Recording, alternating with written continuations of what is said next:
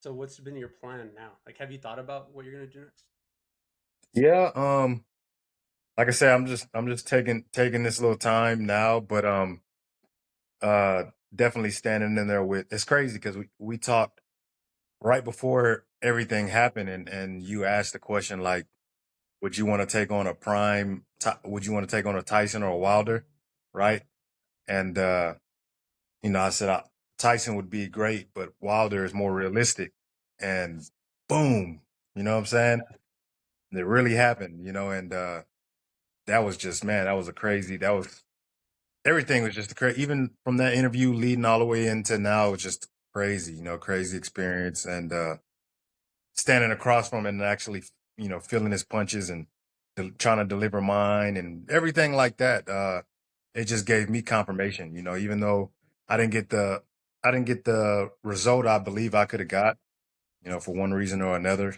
You know, Mm. like Buster Douglas was telling me, the one that beat Mike Tyson his first time, you got to let your hands go.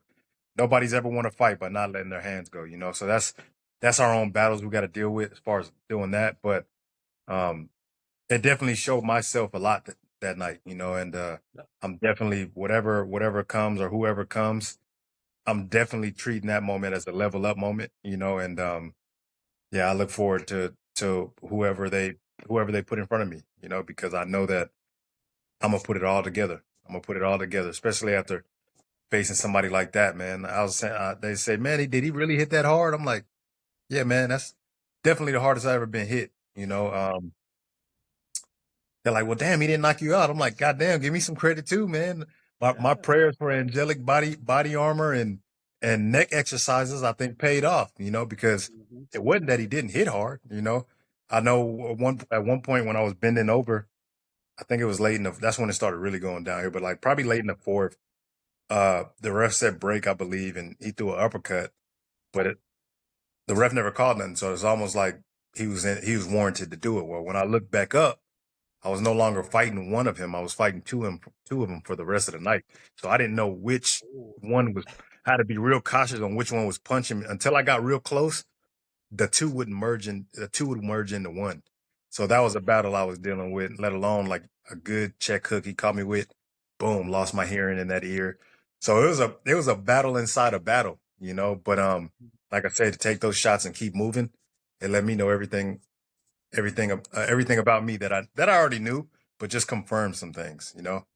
So yeah, I'm gonna get back to it. I'm gonna get back to it, and like I say, I look forward to whoever they put in front of me because they praise my defense, and that's cool. But I want them to praise my offense also. So I'm gonna put it all together, and it's gonna be a thing of beauty. Yeah, man. They definitely. I don't know. I guess like with every single time there's like a big fighter, like someone like Wilder that punches hard, they kind of like set the expectation that he's gonna finish this person in the first round. Mm-hmm.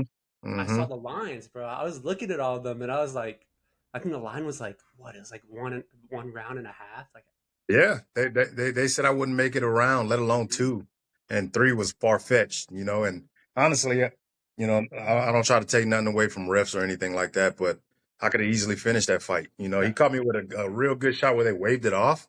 I was completely there, and ready to continue, but that's just the way the cookie crumbled there. But yeah, they said I wouldn't make it around, which is crazy, but whatever. so okay, so going into this fight, I know a lot of people say no. You could tell me yes if you did. Were you looking at all that? Like, were you looking at where they think I'm gonna go down? What was the expectation going into this? I stayed away, man. Even now, man. I stayed away I stayed away from comments.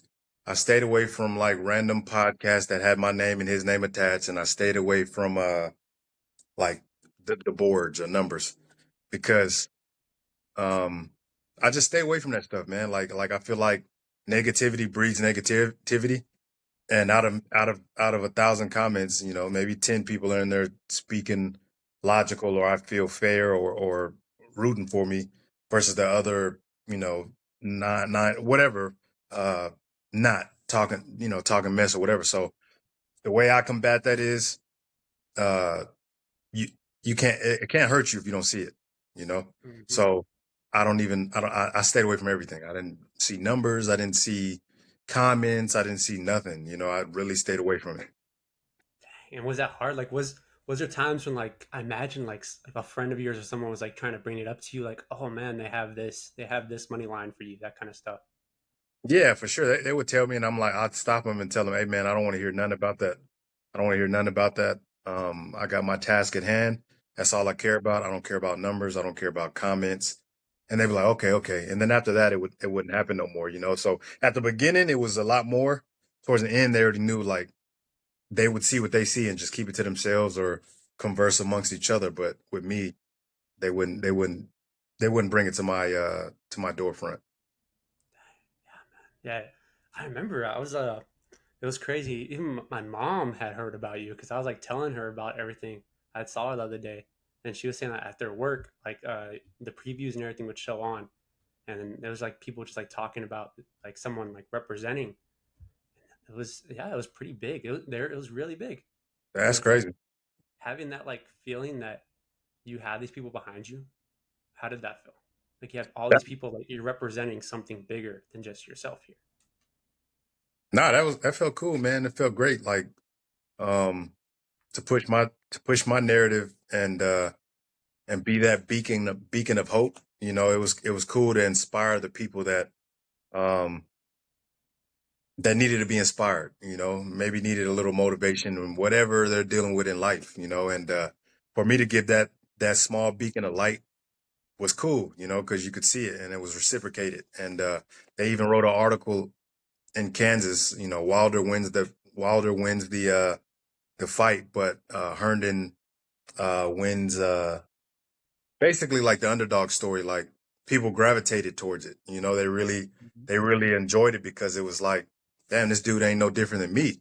Like he went and achieved uh his dreams, and he was working in a warehouse like me, or he was hating life, but he kept pushing, and eventually he lined up with destiny. And I feel like that for them um showed them that they can do it too. And that was my whole message, like through this whole fight. That was my whole message.